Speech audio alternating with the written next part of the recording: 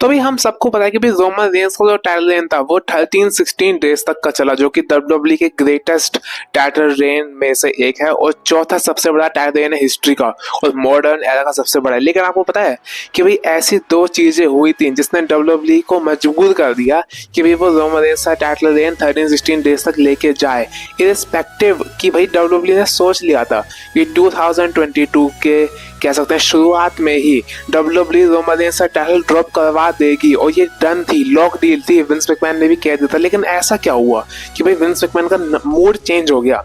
तो ऐसे दो चीजें के बारे में हम बात करने वाले हैं जो कि बैकस्टेज हम सबको पता है लेकिन WWE ने कभी भी नहीं बताई है।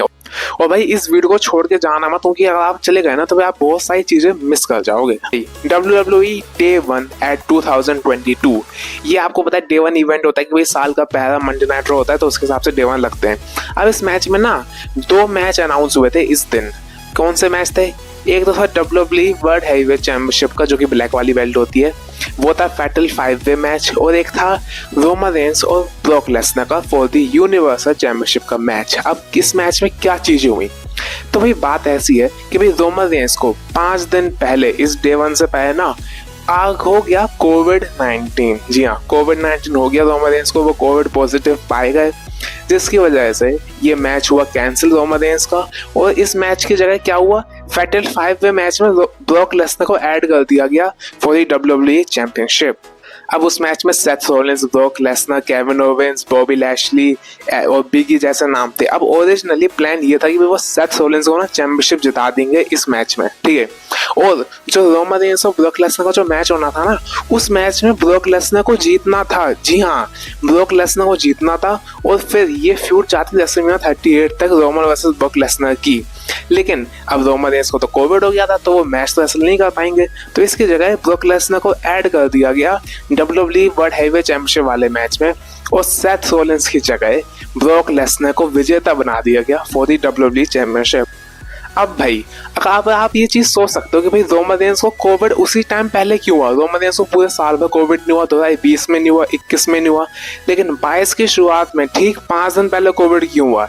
हो सकता है रोमन रेंस को लगा कि भाई वो चैंपियनशिप हारना नहीं चाहते हैं, तो मैं क्या करता हूँ, मैं अपने आप को कोविड पॉजिटिव करवा लेता हूँ। ऑब्वियसली रिपोर्ट्स के हिसाब से शायद हो भी सकता है असली में नहीं हुआ, हो भी सकता है असली में कोविड हुआ हो, ये शायद गॉड्स विल हो। भाई गॉड विल के आगे कोई नहीं जीत सकता, शायद उनको कोविड गलती से हुआ हो या फिर उन्होंने जानबूझकर रिपोर्ट्स में ऐसा कह सकते हैं चीटिंग कर दी हो, लेकिन मुझे लगता नहीं कि भी ऐसा हुआ होगा। रोमन रेंस को कोविड हुआ होगा, तो भी आप सोच सकते हो रोमन रेंस का कोविड होना कैसे रोमन रेंस की फायदे के लिए साबित हुआ और उनका टाइटल रेन इतना बड़ा बन गया। तो भाई इससे एक सीख तो मिलती है कि भाई जो भी होता है अच्छे के लिए होता है। तो भाई ये तो थी पहली चीज। अब है दूसरी चीज। हम सबको पता है रेसलमेनिया 38 में रोमन रेंस ने टाइटल्स को यूनिफाई कर दिया था। अब क्या ओरिजिनली कभी भी प्लान था ये टाइटल्स को यूनिफाई करने का? वो है नहीं, ये सब हुआ रोमन रेंस के कोविड होने के 3 हफ्ते बाद, यानी रॉयल रंबल तक ये चीजें फाइनल हुई थी। भाई चलो भाई कि भाई चलो टाइटल्स को यूनिफाई करते हैं। अब रोमन रेंस को टाइटल यूनिफाई करना तो था, ठीक है, लेकिन WWE का ओरिजिनल पता है मोटिव क्या था? कि भाई वो उनका मोटिव ये था कि जब वो रोमन रेंस ये टाइटल यूनिफाई कर देगा तो वो दोनों शोज में यानी स्मैकडाउन और रॉ में ना हर बार आएगा रोमन रेंस और हर शो पे ये टाइटल दिखाया जाएगा। ऑब्वियसली डिफेंड शायद करना या ना करना वो डिपेंड करता था, डिफेंड तो शायद नहीं होता था, लेकिन हाँ रोमन रेंस को रेगुलर बनाने की कह सकते एक प्लानिंग थी कि भाई WWE चाहती थी कि भाई रोमन रेंस रेगुलर रहे। लेकिन यहाँ पे भी WWE का एक प्लान बैकफायर कर दिया, क्योंकि भाई रोमन रेंस के ऊपर ना काफी वर्कलोड भी हो गया था और WWE को पता था यार, मेरे ख्याल से विंस मैकमैन को, कि भाई रोमन रेंस बेचारा बीमार बन रहा है अपना थोड़ा सा, तो उसको ऊपर इतना वर्कलोड नहीं देते हैं। तो ये प्लान भी WWE का कर गया बैकफायर। और जो विंस मैकमैन था वो रोमन रेंस से टाइटल वापस ले भी नहीं पाया, क्योंकि भाई रोमन रेंस जो पैसे बना के दे रहा था ना, वो विंस मैकमैन को पता था कि भाई कोई और बंदा अभी इस समय पे दे ही नहीं सकता अनटिल अनलेस वो 2023 में कोडी रोड्स आ गया, फिर 24 में फाइनली टाइटल उसको मिल गया। लेकिन हाँ इस समय तक लोग बोल भी नहीं हुए थे, स्टोरी लाइन भी अच्छी चल रही थी, तो WWE के पास कोई चांस था ही नहीं कि वो रोमन रेंस से टाइटल दे।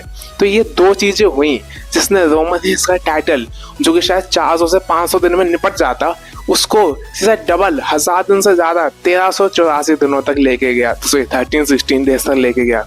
और जो रोमन रेंस और कोडी रोड्स का जो मैच था ना 2023 में, उसका रिजल्ट भी एकदम एम मौके पे चेंज हुआ। रोमन रेंस ने कहा कि वो चाहते हैं कि वो टाइटल ड्रॉप करने से पहले जो उसोस है ना, उनको एक नेक्स्ट लेवल पे लेके जाएं, और मेरे ख्याल से वो एक सही चॉइस थी, क्योंकि भाई आप देख सकते हो कितना बड़ा रिस्क लिया WWE ने 2023 में टाइटल ना दे के। अगर वो चीज़ बैकफायर करती तो भाई क्या ही यहाँ पे क्रिटिसिज्म मिलता है। लेकिन रोमन रेंस है भाई, उसको पता था उसने क्या करना है। उसने वादा भी किया था कि भाई वो 2024 में ये टाइटल कोडी रोड्स को ड्रॉप कर देगा। लेकिन उस एक साल में रोमन रेंस ने जितना एम्पावर कर दिया ना, हम जे उसको देख ही सकते हैं और जिमी उसको भी देख सकते हैं, काफी अच्छा चल रहा है। तो भाई यार रोमन रेंस के कह सकते हैं कि भाई you risk it for the biscuit.